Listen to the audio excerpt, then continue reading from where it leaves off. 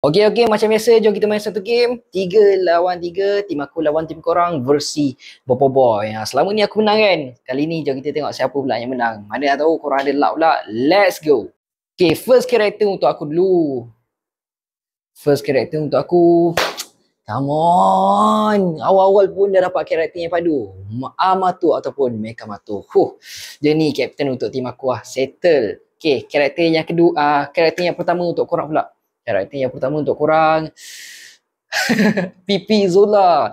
Aduh, apa yang Pipi boleh buat? Yang ni, Amato macam ni je. Budak kecil, dua diam.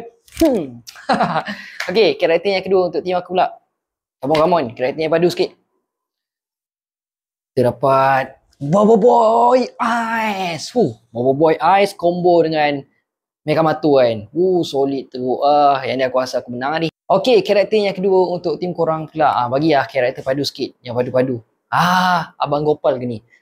Gopal hilang kepala separuh kan.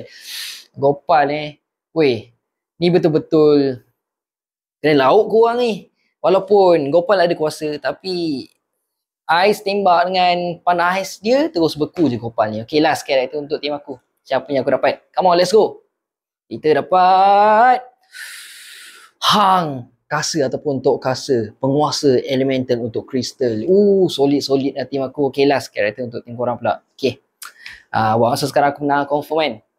Siapa yang korang dapat? Bobo Boy Halilintar. Okay, fight. Cuma dalam tim korang hanya Halilintar dengan Gopal je boleh diharapkan. Pipi tu dia sorak je dekat tepi kan.